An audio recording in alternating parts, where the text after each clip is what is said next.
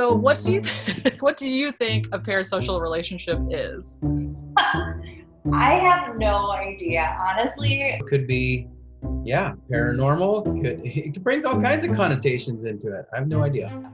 But it sounds negative. It doesn't sound fun, so. Or parasite or something. Parasite. I just thought of parasite automatically. I don't know. All right, have you ever had a friend that is completely unaware of your existence? No. No. How could I be friends with someone if they didn't, or if they weren't aware of my existence unless I stalked them? Social media, I guess.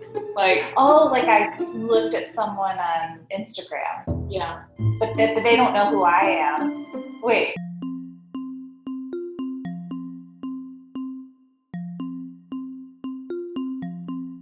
A parasocial relationship is pretty much a one-sided relationship between you and someone who probably doesn't even know you exist. You care a lot about them. You put a lot of emotional energy towards them. You pay attention to their comings and goings and things about them. You feel vested in their ups and downs, and they don't know anything about you. And yet there's a love, one-sided, but there's a love. I talked to one expert who talked about friends and talked about how all of her students will put it on just in the background.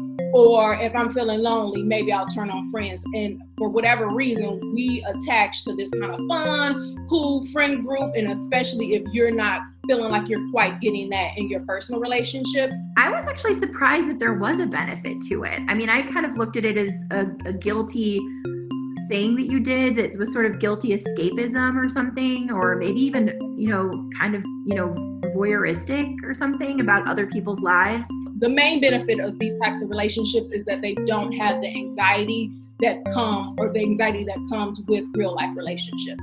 So if you have a friend or whoever, it's always a little bit of, I hope I don't do anything to offend them, or if they offend me, or if there is some sort of issue, it has to be addressed, and et cetera, et cetera. These sorts of relationships don't take a lot of time, and they don't have that anxiety attached. Apparently, experts say that it's not a bad thing. It helps you relate to people outside of your little universe and our shared humanity, even if it's with someone who doesn't necessarily, reciprocate that with your life and looking into your life. You see it on their end.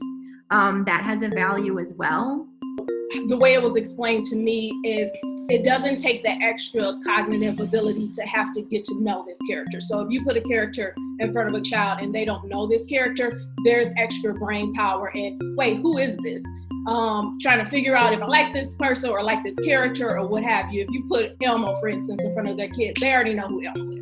So I'm already engaged, I'm already listening, and I'm gonna be more inclined to listen to what you are teaching. So do you have anything like that or person in your life that you follow? No, I do not. I think part of it is that I have such chaos with 3 young boys that I don't have any room for that. Jennifer Lopez and me, it seems like we have nothing in common, like whatsoever.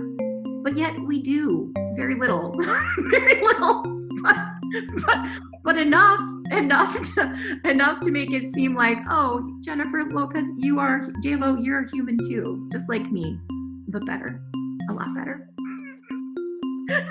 I got into Peaky Blinders, and what I'll tend to do if I like a character is start to follow that actor and then fall down that rabbit hole.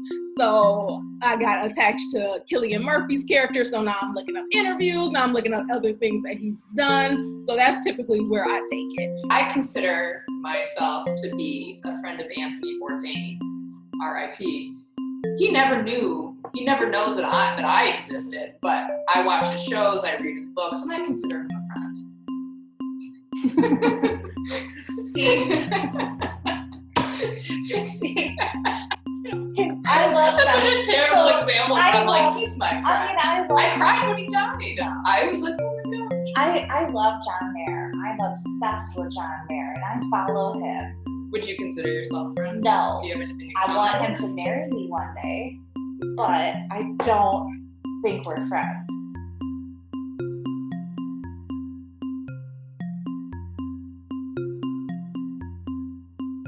that it's weird how much you care, how much like a little kind of where they're having an off day and you think, oh, I'm sorry she's having a tough day. And you think, I don't even really know them and they certainly don't know me.